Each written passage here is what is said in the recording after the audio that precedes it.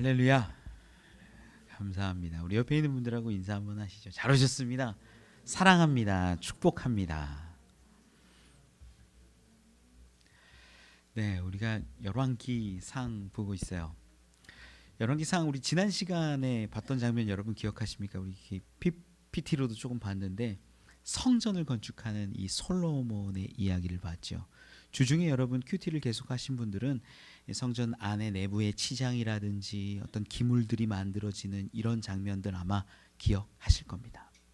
그리고 8장으로 넘어와서는 이제 이 솔로몬이 어떤 성전의 봉헌식을 하면서 기도하고 간구하는 내용들 이렇게 이어지지요. 오늘 본문이 이 기도하고 간구하는 내용들이에요.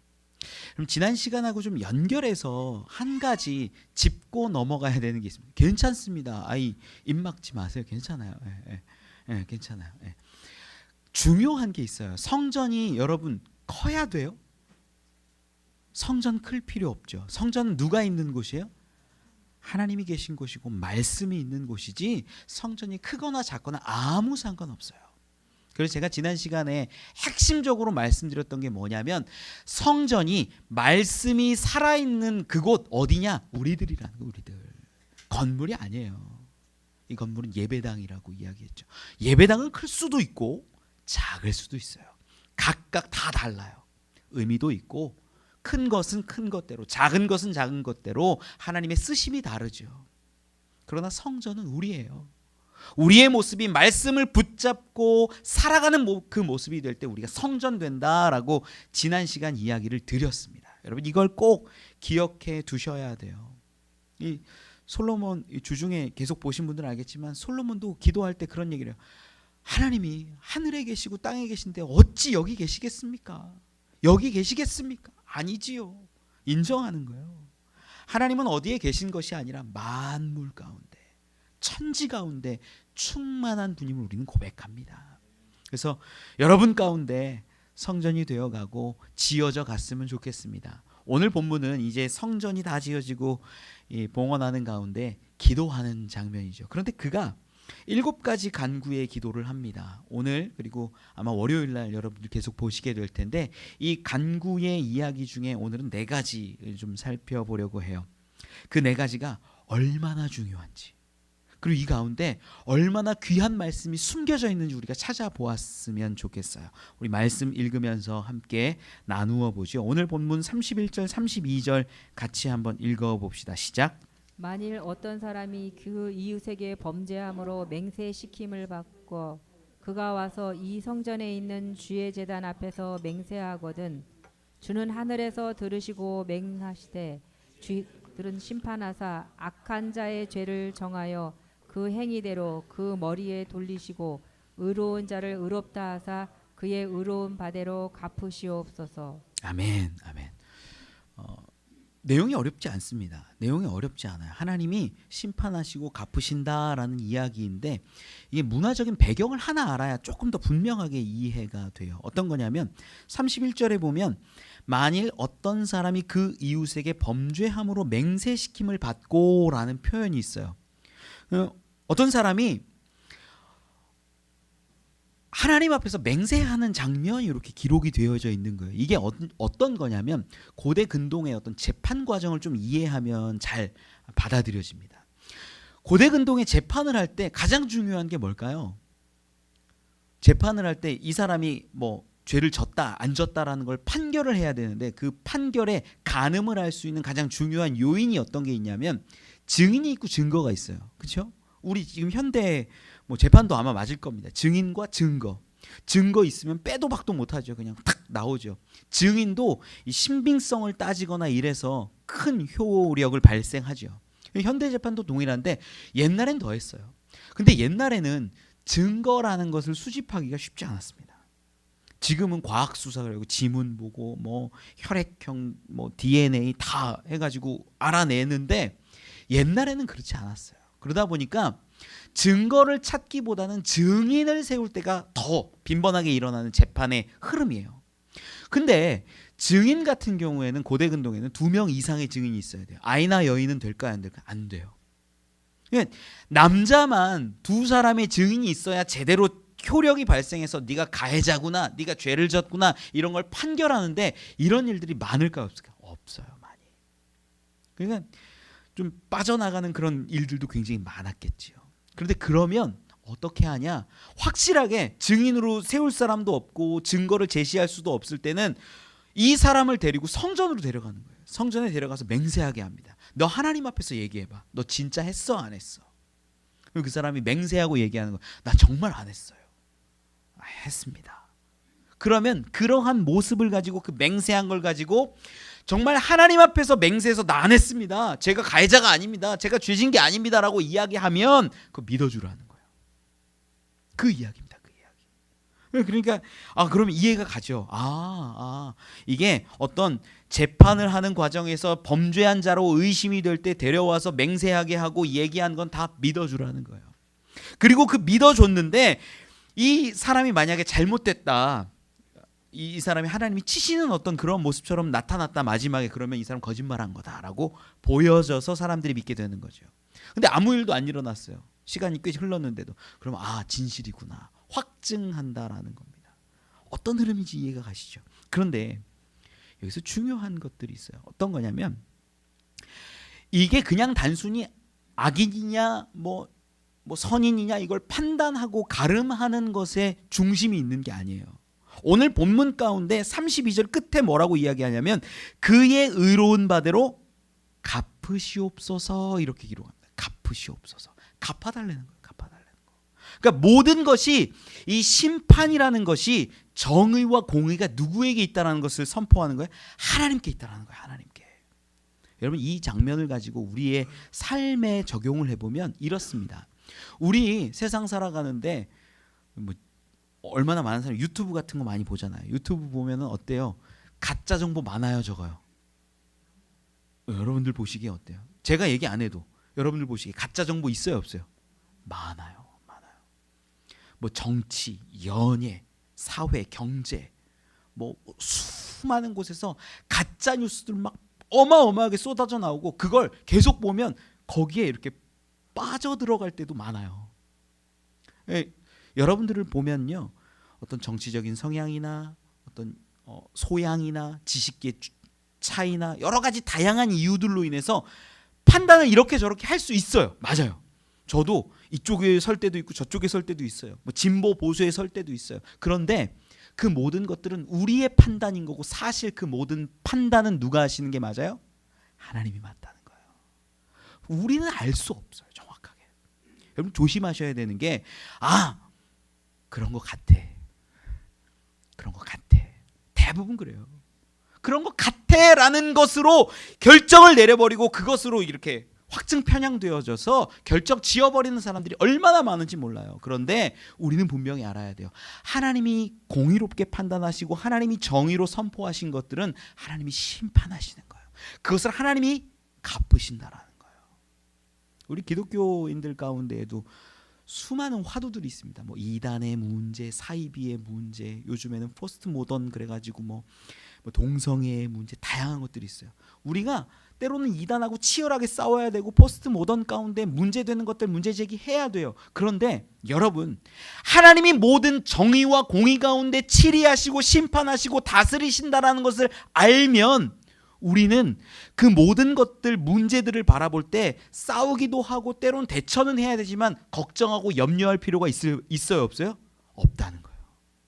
여러분, 그래서 그리스도인들은요 걱정하고 염려하면 안 돼요. 왜? 하나님이 심판하실 것이기 때문에, 하나님이 치리하실 것이기 때문에 우리가 걱정, 염려, 두려워할 필요가 전혀 없다라는 겁니다. 물론 싸우긴 해야죠. 물론 기도하긴 해야죠. 물론 우리가 한 마음 한 뜻이 되기는 해야죠. 그런데 염려하지 마세요.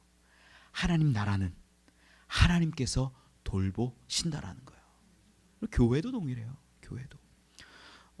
어떤 분들은 그런 얘기들 합니다. 한국 교회가 많이 무너져 간다. 작은 교회들이 무너져 간다. 개척 교회들이 정말 사라지고 있다. 정말 그래요. 가슴 아프고 힘들고 안타깝습니다. 그런데 여러분, 저는 그렇게 믿어요. 건물로 세워진 교회들은 무너져 나가고 다른 이단의 사이비에 팔려 나갈 때도 있지만 하나님께서 당신의 나라는 굳건히 지키심을 저는 믿어요. 여러분, 이것을 우리가 붙잡고 바라볼 수 있어야 돼요. 우리는 흔들릴 수 있죠. 우리는 연약할 수 있죠. 그러나 하나님은 당신의 나라를 끝까지 지키십니다. 이것이 우리 솔로몬이 기도하고 간구했던 내용 가운데 우리가 발견하고 도전받는 모습이어야 돼요. 여러분의 가정 동일해요. 자녀가 말 안 듣는 것 같고 허투루 가는 것 같고 빠진 것 같고 잘못 가는 것 같지만 정말 하나님이 택한 백성이고 택한 가정이라면 그들을 돌이키실 줄 저는 믿습니다. 하나님이 심판하시는 거예요. 모든 심판, 모든 마지막 날 서는 자리, 그 자리에서 하나님이 가르시는 거예요. 때로는 하나님이 복을 주시고 생명을 주시고 영생을 주시고 때로는 심판 가운데 주시는 거죠. 모든 심판 하나님께 있다라는 것을 여러분 꼭 기억하시기를 바랍니다. 말씀을 계속 보죠. 우리 33절, 34절 같이 읽어봅시다. 시작. 만일 주의 백성 이스라엘이 주께 범죄하여 적국 앞에 패하게 되므로 주께로 돌아와서 주의 이름을 인정하고 이 성전에서 주께 기도하며 간구하거든 주는 하늘에서 들으시고 주의 백성 이스라엘의 죄를 사하시고 그들의 조상들에게 주신 땅으로 돌아오게 하옵소서. 아멘. 이게 이스라엘이 이제 전쟁 가운데 패하게 되면 이 죄악 가운데 하나님이 징계하셨다라고 여기고 나서 회개하고 간구하고 부르짖으면 하나님 그 모든 것 다 듣고 사해 주시고 그 땅으로 돌아오게 해 주세요라는 이 간구의 기도를 하는 거지요. 우리가 우리 주일 일부 예배 때 사사기를 지금 보고 있어요. 사사기 가운데 계속 반복되는 이야기가 뭐냐면 이스라엘이 범죄해서 하나님 앞에 행악하고 범죄하는 가운데 어떤 일들이 일어나냐면 다른 민족들을 쓰셔서 압제받게 하는 거예요. 우리가 지금 삼손 이야기 막 들어왔어요. 삼손 가운데 문제가 있었던 게 40년간 블레셋에게 압제를 당하고 힘든 시간들을 보내요. 그게 왜 그럴까요? 이스라엘의 행악, 죄악, 범죄 이 가운데 하나님이 징계하시는 장면이라는 겁니다. 이 가운데 이제 이 솔로몬이 기도를 하는 것이 어떤 거냐면 33절에 기록해요. 주께로 돌아와서 주의 이름을 인정하고 이 성전에서 주께 기도하며 간구하거든 이렇게 기록합니다. 돌아와서 인정하고 성전에서 주께 기도하며 간구하거든. 이렇게 하면 어떻게 해달라? 하나님 하늘에서 들어주시고 우리의 죄를 사하시고 우리가 뺏겼던 땅으로 다시 돌아오게 해주세요 라고 이야기하는 거예요. 여러분 여기에도 아주 중요한 이야기가 담겨져 있지요. 뭐냐면 주의 이름을 인정하는 거예요. 회개라는 건 어떤 거냐면 회개라는 건 제가 늘 말씀드려요. 회개는 내가 잘못했던 건 나열하는 게 회개가 아니에요. 우리 많이 이제 조금씩 알게 되죠. 아 하나님 저 뭐 개똥이 때렸어요, 말똥이 미워했어요, 뭐 하나 훔쳤어요, 잘못했어요. 끝. 이게 회개가 아니에요. 그건 죄를 나열한 거죠. 그냥 진짜 회개는 하나님께 시선하는 게 회개라고 말씀드리잖아요. 본문에서도요 범죄했을 때 하는 행위가 뭐냐면 내가 주께로 돌아와서 하나님의 이름 주의 이름을 인정하고 선포하는 거예요. 이게 야다라는 히브리어를 쓰는데 그게 어떤 거냐면 인정하다, 찬양하다, 선포하다, 고백하다 이런 단어의 뜻이에요. 하나님을 인정하는 거예요. 하나님을 고백하는 거예요. 하나님을 찬양하는 거예요. 하나님이 정말 계시구나라고 알고 그것을 선포하는 것이 인정이에요. 인정. 영어로 보면 confess예요. confess. 고백하는 거. 하나님이 정말 계시구나. 우리 본문 가운데서도 나오지만 8장에 보면 앞에 바로 23절에 이 솔로몬이 하나님이 어떤 분인가, 여호와께서 어떤 분인가를 고백하는 장면이 하나 나와요. 8장 23절에요. 우리 열왕기상 8장 23절 같이 한번 읽어볼까요? 읽어보죠. 시작. 이르되 이스라엘의 하나님 여호와여 위로 하늘과 아래로 땅에 주와 같으시니 없나이다. 아멘. 여기까지 보면 어떻게 고백합니까? 여호와여 위로 하늘과 아래로 땅에 주와 같은 신이 없나이다. 하나님 한 분밖에 없다라는 거예요. 한 분밖에. 이 고백을 지금 방금 솔로몬이 했는데 이어서 하는 거죠. 주의 이름을 인정하고 고백하고 선포하고 찬양하는 자들 가운데 하나님 회개를 들으시고 사하시고 그들의 땅으로 돌아오게 해 주옵소서. 여러분 회개는 이런 거예요. 내 죄에 집중하지 마세요. 하나님께 집중하세요. 하나님을 바라보세요. 그때 회개가 일어나는 것이고 하나님의 놀라우신 그 성품과 인자하심과 그의 이름을 인정할 때 우리에게 흘러 퍼지는 하나님의 은혜가 회복이 임한다라는 겁니다. 말씀을 좀 계속 보죠. 우리 35절 36절입니다. 오늘 본문 35절 36절 같이 읽어봅시다. 시작. 만일 그들이 주께 범죄함으로 말미암아 하늘이 닫히고 비가 없어서 주께 벌을 받을 때에 이곳을 향하여 기도하며 주의 이름을 찬양하고 그들의 죄에서 떠나거든 주는 하늘에서 들으사 주의 종들과 주의 백성 이스라엘의 죄를 사하시고 그들이 마땅히 행할 선한 길을 가르쳐 주시오며 주의 백성에게 기어 불어 주신 주의 땅에 비를 내리시옵소서. 아멘. 이제 또 이야기하는 게 이제 가뭄이 드는 그런 장면들을 이야기해요. 이스라엘은 기본적으로 큰 강이 없습니다. 저도 그 이스라엘 못 가봐서 꼭 가보고 싶은데 그 요단강이라고 요단강이라는 곳이 이제 건기가 되면 거의 말라갖고 실개천보다도 못하대요. 너무 좁대요. 그래서 그 건기 때 가본 사람들은 다 이렇게 실망한다 그러더라고요. 이게 뭐야? 이게 요단강이야? 뭐 그런데요. 근데 이제 우기가 되면 좀 비가 좀 오면 좀 흘러서 천처럼 보이기도 하고 그런 모습들이 이제 이스라엘 가운데 있어요. 그래서 이스라엘의 경작은 농사는 뭐에 기댄 농사냐면 비에 기댄 농사예요. 결국 어떤 수로나 어떤 저수지를 가두어서 만들거나 우리나라랑은 전혀 다른 어떤 농사의 모습이라는 거죠. 그래서 성경에도 농사를 짓는 사람들의 바람이 어디에 나오냐면 늦은 비를 달라 이른 비를 달라 이런 고백들이 나오는 거예요. 비가 아니고서는 은혜가 아니고서는 하늘에서 주시는 것이 아니고서는 이 농사가 가능해요 불가능해요? 불가능한 거예요. 그래서 하나님 만약에 가뭄이 일어났거든 우리 가운데 기도하고 간구하면 우리의 기도를 들으시고 죄를 사하시고 비를 내려주시고 우리가 먹게 하시고 기업으로 주신 그 땅 가운데 물이 넘쳐서 잘 살아가게 해주십시오라고 이야기하는 거예요. 실제로 성경에도 보면 뭐 사울 왕 때라든지 엘리야 때라든지 이렇게 비가 좀 멈추었던 기록들이 몇 번 등장을 하죠. 그것들이 주로 어떤 때냐? 하나님의 뜻을 따르지 않고 징계받을 때라는 거예요. 지금 자 이제 정리를 좀 하면 31절 32절 거기에 하나님께 모든 심판이 있다라는 것을 고백했고 33절 34절 가운데에는 우리가 적국과 맞서 싸우다가 패하면 하나님 그럼에도 불구하고 하나님을 인정하면 우리 다시 돌이켜주세요라고 고백한 거예요. 35절 36절은 뭐예요? 우리가 농사 지을 때 잘못돼서 비가 멈추게 되면 우리 먹고 살 거 없으니까 하나님 비를 내려주세요라는 거예요. 근데 여기 공통적으로 이 세 군데 간구 가운데 드러나는 이야기가 있어요. 전제가 있어요. 31절에는 이렇게 기록해요. 그 이웃에게 범죄함으로. 33절에는 이렇게 기록해요. 만일 주의 백성 이스라엘이 주께 범죄하여. 35절에는 기록합니다. 만일 그들이 주께 범죄함으로. 뭐랑 연결이 돼요? 범죄랑 연결이 돼요. 범죄랑. 보이세요 여러분? 사람도 사람 간에 범죄를 할 수 있다라는 거고 민족도 나라도 이스라엘도 하나님 앞에 범죄할 수 있다라는 것을 전제하고 있다는 거.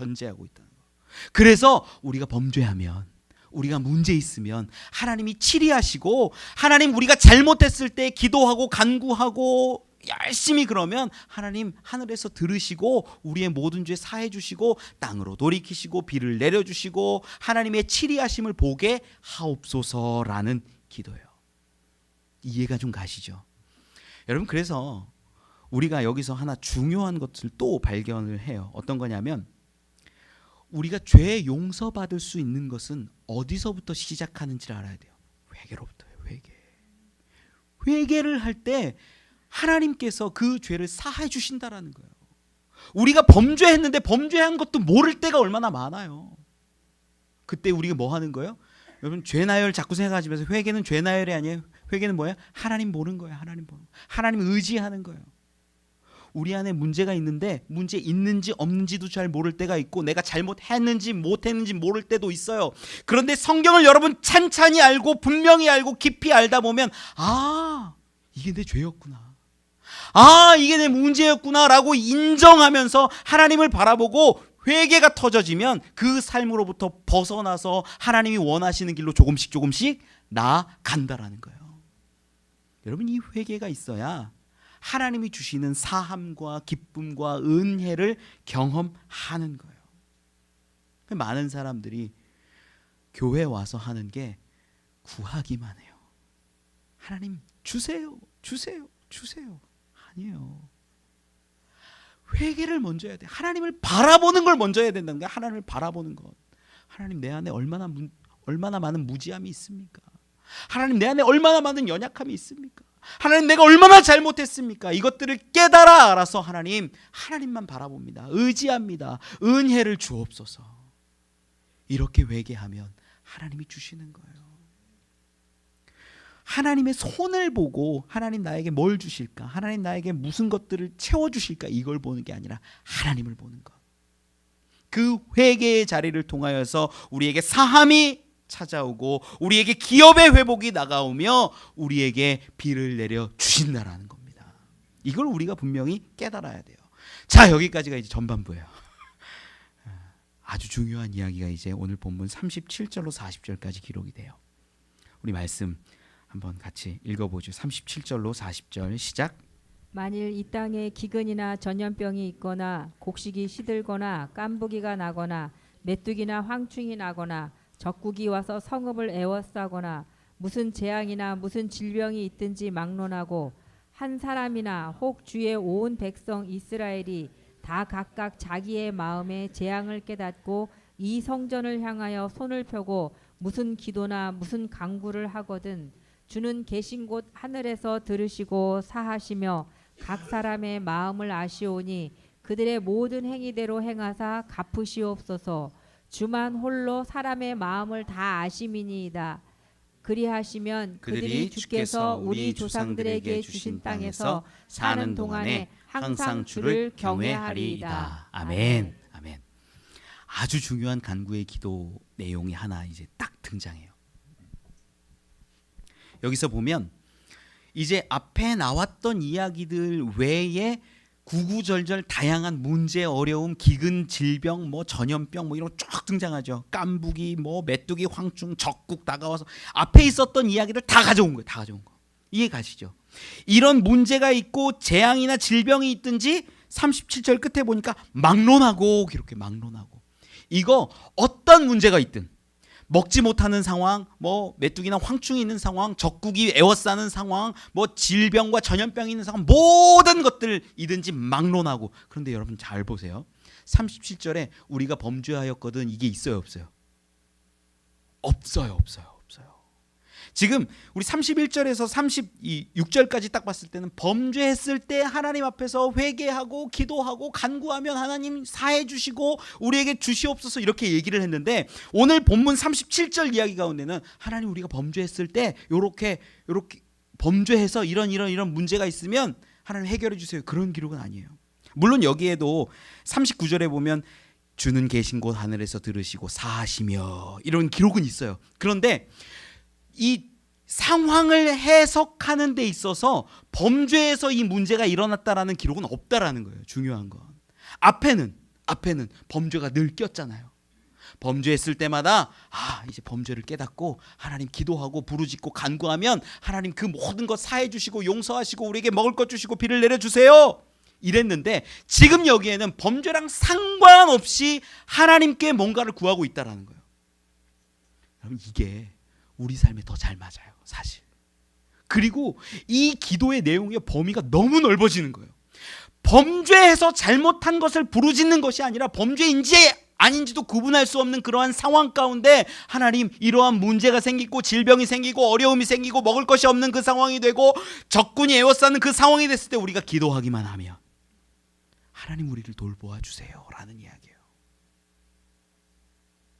여러분 여기에 아주 놀라운 이야기가 하나 더 숨겨져 있어요. 어떤 거냐면 38절 말씀 38절 같이 한 번만 읽어볼까요? 시작. 한 사람이나 혹 주의 온 백성 이스라엘이 각각 자기의 마음의 재앙을 깨닫고 이 성전을 향하여 손을 펴고 무슨 기도나 무슨 간구를 하거든. 아멘. 자 보세요.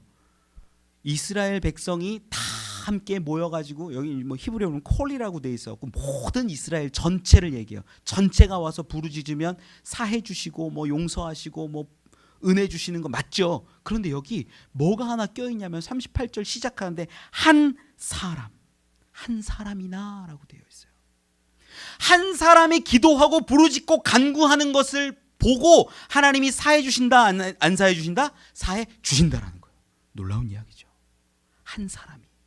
여기서도 이 부분 가운데요. 히브리어를 보면요. 하 아담이라고 되어 있어요. 한 사람이에요. 하가 그예요. 그 사람이 부르짖으면, 그 사람이 간구하면, 그 사람이 기도하면 하나님이 들으시고 용서하신다라는 얘기예요. 그렇게 해달라고 간구하는 거예요. 이 솔로몬의 기도가. 여러분 이게 놀라운 이야기죠. 모든 백성과 민족이 기도하고 간구하는 건 이해가 가요. 막 우리 그렇잖아요. 우리 기도할 때 하나님께 모두 뭐 회개합시다, 간구합시다, 기도합시다 되는데 그 모든 사람이 아니라 단 한 사람의 기도와 간구와 부르짖음을 동일한 가치로 여겨달라고 솔로몬이 요구하고 있다라는 거예요. 요구하고. 여러분 여기서 누가 떠오를까요? 누가 떠오르세요? 네? 누가 떠오르세요? 한 사람이 누굴 것 같아요? 한나의 기도요. 한 사람 우리 이렇게 점프하면 예수 그리스도 가는 거 맞는데 정확히 말하면 누구냐면 이게 대제사장의 기도예요. 대제사장이 기도하는. 대제사장은요 이스라엘 전체를 놓고 기도하고 부르짖고 하나님 앞에 나아가서 그 죄를 위해서 이 지성소에 들어가서 구하는 거예요. 여러분 이 부분을 우리가 정확히 알아야 될 필요가 있어요. 구약을 찾자면 굉장히 찾을 게 많겠죠. 그래서 신약 가운데 좀 한 부분을 찾아보면 좋을 것 같아요. 우리 히브리서 9장을 좀 봅시다. 히브리서 9장 1절로 7절까지 쭉 읽어보면 좋겠어요. 이게 어떤 이야기냐면 성소와 이 지성소에 대한 이야기 가운데 하나님이 어떻게 사함을 받는지 요 이야기를 이제 정리해서 한번 기록을 한 거예요. 히브리인들에게. 자, 히브리서 9장 1절로 7절까지 우리 같이 한번 읽어보면 좋겠어요. 시작. 첫 언약에도 섬기는 예법과 세상에 속한 성소가 있더라. 예비한 첫 장막이 있고 그 안에 등잔대와 상과 진설병이 있으니 이는 성소라 일컫고 또 둘째 휘장 뒤에 있는 장막을 지성소라 일컫나니 금 향로와 사면을 금으로 싼 언약궤가 있고 그 안에 만나를 담은 금 항아리와 아론의 쌍난 지팡이와 언약의 돌판들이 있고 그 위에 속죄소를 덮는 영광의 그룹들이 있으니 이것들에 관하여는 이제 낱낱이 말할 수 없노라. 이 모든 것을 이같이 예비하였으니 제사장들이 항상 첫 장막에 들어가 섬기는 예식을 행하고 오직 둘째 장막은 대제사장이 홀로 1년에 한 번 들어가되 자기와 백성의 허물을 위하여 드리는 피 없이는 아니하나니. 아멘. 무슨 얘기인지 이해 가시죠? 이게 이제 레위기나 뭐 다 찾아보면 나오는 이야기지만 요걸 히브리서에서 정리를 한 거예요. 1년에 한 번 대제사장 홀로 들어가서 이 모든 백성의 죄와 허물을 놓고 하나님 앞에 피를 드리고 이 하나님께 간구하는 이 대속죄일의 이야기를 정리한 내용이라는 거예요. 근데 히브리서 9장에 지금 9장 1절로 7절까지 우리가 읽었는데 11절에서 14절에는 이 부분을 누가 이루셨는지를 설명을 해요. 히브리서 9장 11절로 14절 그 부분도 같이 한번 읽어보면 좋겠어요. 11절로 14절 시작. 이 그리스도께서는 장래 좋은 일의 대제사장으로 오사 손으로 짓지 아니한 것 곧 이 창조에 속하지 아니한 더 크고 온전한 장막으로 말미암아 염소와 송아지의 피로 하지 아니하고 오직 자기의 피로 영원한 속죄를 이루사 단번에 성소에 들어가셨느니라. 염소와 황소의 피와 및 암송아지의 죄를 부정한 자에게 뿌려 그 육체를 정결하게 하여 거룩하게 하거든 하물며 영원하신 성령으로 말미암아 흠없는 자기를 하나님께 드린 그리스도의 피가 어찌 너희 양심을 죽은 행실에서 깨끗하게 하고 살아계신 하나님을 섬기게 하지 못하겠느냐. 아멘, 아멘. 여러분, 여기 한 사람의 제사가 있는 거예요. 한 사람의 간구가 있는 거예요. 한 사람의 기도가 있는 거예요. 대제사장 되신 예수 그리스도께서 당신의 피를 흘림으로 인하여서 모든 죄와 모든 허물을 깨끗게 하신 그 기록이 우리 히브리서 9장 가운데 분명히 선포되어져 있는 거예요. 지금 히브리서에서는요, 그걸 설명하고 있는 거예요. 우리 히브리인들아, 너 알지? 유대인들 알지? 우리 제사 드리는 거 알지? 성소 들어가는 거 알지? 1년에 한 번 대제사장이 홀로 들어가서 죄를 사해달라고 간구할 때 하나님이 그 민족의 나라의 모든 죄 사해 주시는 거 알지? 솔로몬이 기도했던 거 알지? 그 일을 누가 하셨어요? 예수 그리스도께서 하셨다라고 히브리서 기자가 이야기를 하고 있는 거예요. 오늘 본문으로 돌아와서 보면, 그래서 모든 백성이 잘못하고 모든 백성이 실수했음에도 불구하고 한 사람이 기도하고 부르짖고 간구하는 그 내용을 하나님이 들어달라 이야기하는 이 솔로몬의 기도가요, 놀라운 간구와 놀라운 기도 내용이라는 거예요. 여러분, 여기 솔로몬이 이 대속을 봤다는 거예요. 대속을 간구했다는 거예요. 예수 그리스도가 여기 이렇게 연결될 줄 누가 알았습니까? 그런데 한 사람의 기도와 간구를 통하여서 우리 모든 사람들의 죄와 문제와 허물들을 다 씻어내시는 것입니다. 여러분, 그래서 아마 제 설교를 오래 들으신 분들은 알 거예요. 저는요, 기적과 신비와 병나음과 체험과 막 이런 거 중요하게 여기는 사람 아닙니다. 그런데 말씀에 의지해서 제가 이야기해요. 전염병과 문제와 기근과 적군에 쌓여있는 것과 수많은 어려움들이요, 하나님 앞에 간구하고 부르짖고 내어놓는 거예요. 우리에게 필요해요. 알 수 없는 죄, 혹은 내가 죄를 짓지 않은 것 같음에도 불구하고 우리 주 예수 그리스도께서 우리에게 주시는 은혜가 분명히 있다라는 거예요. 여러분, 이걸 분명히 알아야 돼요. 우리가 그래서 구해야 되는 건 예수예요. 그분이에요.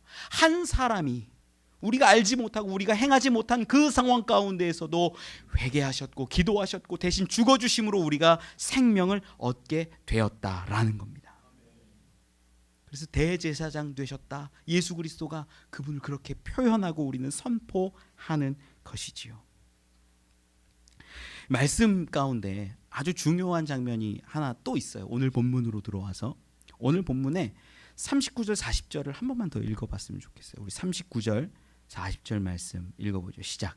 주는 계신 곳 하늘에서 들으시고 사하시며 각 사람의 마음을 아시오니 그들의 모든 행위대로 행하사 갚으시옵소서. 주만 홀로 사람의 마음을 다 아심이니이다.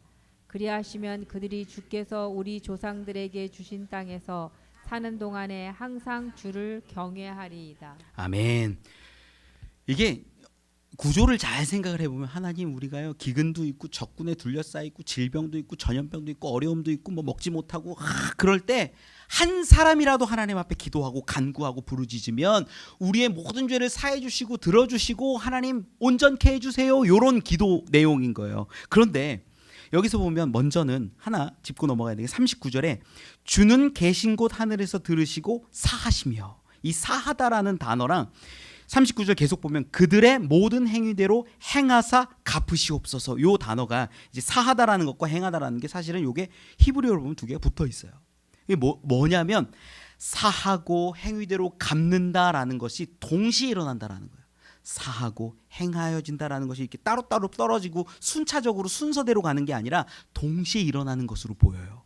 그렇게 우리가 이해를 하는데, 예수 그리스도께서 우리를 위해 간구하시고 죽으시고 당신의 몸을 들이셔서 우리를 살리셨다라면 우리의 모든 죄가 사해지고 우리에게 주시는 하나님의 행하심들이 일어나는 거죠. 동시에 일어나는 사건이에요. 그런데 여기에 이제 전제를 깔았고 40절 말씀을 잘 봐야 되는데, 40절에 그리하시면 그들이 주께서 우리 조상들에게 주신 땅에서 사는 동안에 항상 주를 경외하리이다. 40절 이야기 잘 읽어보세요. 느낌이 어떻게 되냐면 조건처럼 여겨져요.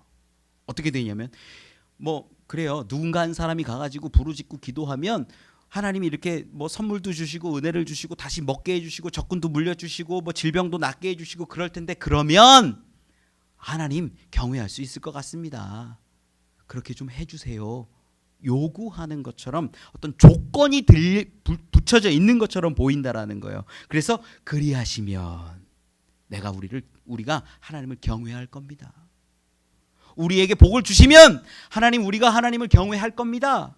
하나님 우리를 낮게 하시면 우리가 하나님을 경외할 겁니다. 이렇게 보여요. 그리고 여기 가끔 제가 이게 성경을 이렇게 보다가 원어로 보면 아쉬운 부분들이 하나씩 나오는 거예요. 번역을 여기가 만이라는 단어를 쓰는데 이게 어떤 거냐면 이유와 목적 어떤 뭐뭐 때문에 이렇게 쓰일 때 만이라는 단어를 써요.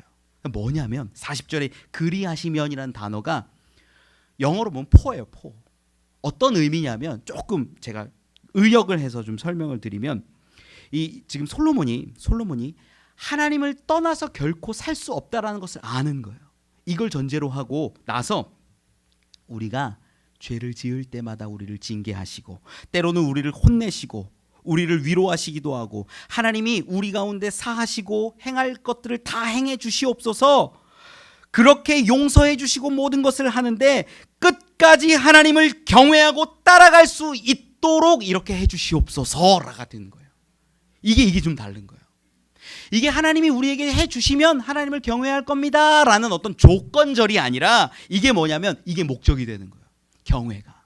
하나님, 우리가 하나님을 경외하고 하나님을 때로는 두려워하고 하나님을 사랑하고 하나님을 예배하고 하나님을 찬양하길 원하는데 그렇게 하기 위해서 그것을 목적으로 두고 우리에게 죄를 사해 주시고 용서하시고 우리를 붙잡아 주시고 우리를 이끌어 주시옵소서라고 기도하는 거예요. 느낌이 완전히 달라요. 내가 믿기 위해 내가 하나님 경외할게요 이렇게 해주신다면 조건이 아니라 하나님밖에 없음을 다 압니다. 하나님만 경외해야 됨을 압니다. 그러니까 경외할 수 있도록 경외를 하기 위해서 우리에게 하나님의 살아계심과 역사하심과 돌보심을 경험시켜 주옵소서. 이걸 부르짖는다라는 거예요. 여러분 조건은요. 이게 자꾸 사람들이 하나님하고 자꾸 딜을 해요. 교회 오면서 신앙생활하면서 하나님 내가 11조 드리면은 복을 주신다고 약속하셨으니까 말씀에 의지해서 나에게 충만히 주옵소서. 그 11조 드리면 마치 나에게 뭐 10배로 20배로 막 뻥튀기해서 줄 거라는 생각을 해요. 아니에요. 그게 아니에요. 11조는요. 11조도 간단히 말씀드려요. 하나님의 백성 된 사람의 의무예요. 그건 하나님 나라를 이루어가는데 필요한 것들이에요. 그래서 우리가 하는 거지 복 받으려고 하는 게 아니에요. 하나님 나라가 견고하게 굳건하게 세워져 가는 방법 중에 하나 우리에게 주신 의무라는 거예요. 말씀 다시 본문으로 돌아와서 보면 조건을 지어서 신앙생활을 하는 게 아닙니다. 하나님 이렇게 해주시면 내가 이렇게 섬기겠습니다. 경외하겠습니다. 이게 아니라 하나님밖에 없습니다. 하나님을 의지할 수밖에 없습니다. 그건 나도 알고 하나님도 아시지요. 그러니 우리의 수많은 문제와 어려움, 실수하고 잘못하는 거 있다면 때로는 징계하시고 때로는 사하주시고 한 사람이 간구하고 기도해도 그 모든 기도 들으셔서 계속해서 하나님 경외하고 하나님 예배하고 하나님 앞에 나아갈 수 있도록 도와주시옵소서. 이게 의역이에요. 의역. 좀 어려워요. 본문을 가지고 정리를 좀 합니다. 제가 솔로몬 이야기가 이제 우리가 이제 쭉 계속해서 보다 보면 다음부터 넘어가는 장면들이 어떤 솔로몬 타락이 막 나와요.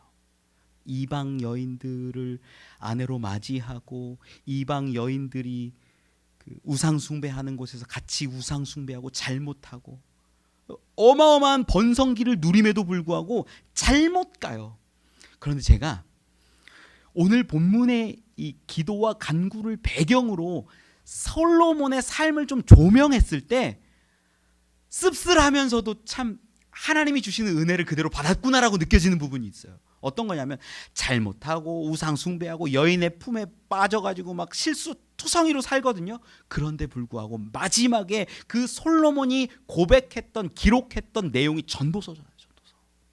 세상의 부귀영화, 세상의 이름들, 세상의 화려함들 의미 없다, 쓸모없다, 헛되다. 그 이야기하는 게 전도서예요. 그럼 뭘 바라봤을까요? 하나님의 은혜를 바라봤다는 거예요.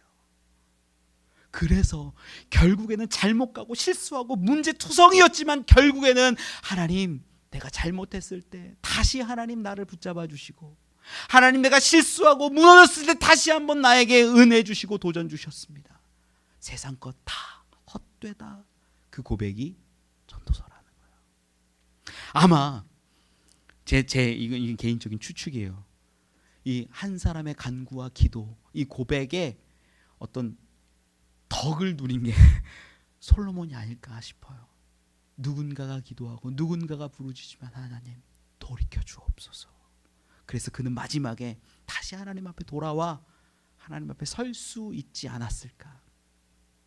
말씀을 좀 정리합니다. 제가 한 주간 경주에 가족 여행을 좀 갔다 왔어요. 가족 여행 갔다 왔는데 저희 아내랑 이렇게 오고 가는 길 가운데 저희 아내도 한 30분 운전했어요. 처음으로. 예, 멀리 가는데 운전 잘 안 했거든요. 왜 이렇게 불안한가 모르겠어요. 저는. 안 시켰는데 운전을 했어요. 운전하고 이제 돌아오는 길에 늘 아이들 넷을 돌보고 먹이고, 이게 여행이 아니에요. 여행이 노동 같아요. 근데 아내가 그 얘기를 하는 거예요. 고마워 그러는 거예요. 고마워. 그 얘기를 딱 듣는데 너무 기쁘더라고요. 제가 내가 더 고마워 그렇게 얘기했어요. 참 고마웠어요. 고맙다고 말해줄게. 제가 때로는 섬기고 힘들고 노력하는 그 모습들을 저희 아내가 알아준다는 이야기잖아요. 아내가 제 마음, 제 행동, 제 이 삶의 모습, 작은 것들을 알아주는 것만으로도 저는 너무나 고마웠어요.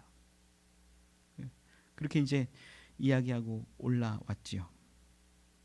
여러분, 우리의 마음, 우리의 상황, 우리가 어떤 죄를 지었는지, 어떤 문제 가운데 있는지, 어떤 적군들에 둘러싸여져 있는지, 어떤 질병이 있는지, 어떤 아픔이 있는지 저는 여러분들을 모르고 사람들은 여러분들을 알아주지 못할 수도 있습니다. 그러나 하나님은 아십니다.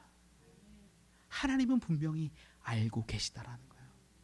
우리 주 예수 그리스도께서 그 모든 문제와 아픔을 다 알고 그 질고를 대신 지시고 죽어 주셨습니다. 그것이 우리에게 은혜요 사랑이에요. 그래서 우리가 이 시간 이 자리에서 나음을 입었다 고백하고 예배할 수 있고 찬양할 수 있는 것 아니겠습니까? 여러분, 하나님이 우리를 예수 그리스도 그 내어주신 은혜 가운데 우리를 바라보고 계세요. 그래서 우리가 예배 드릴 수 있고 우리의 예배를 하나님이 받으시는 거예요. 여러분, 그 은혜를, 그 사랑을 분명히 기억하는 분들이 되셨으면 좋겠습니다. 지금도 하나님은 우리를 바라보고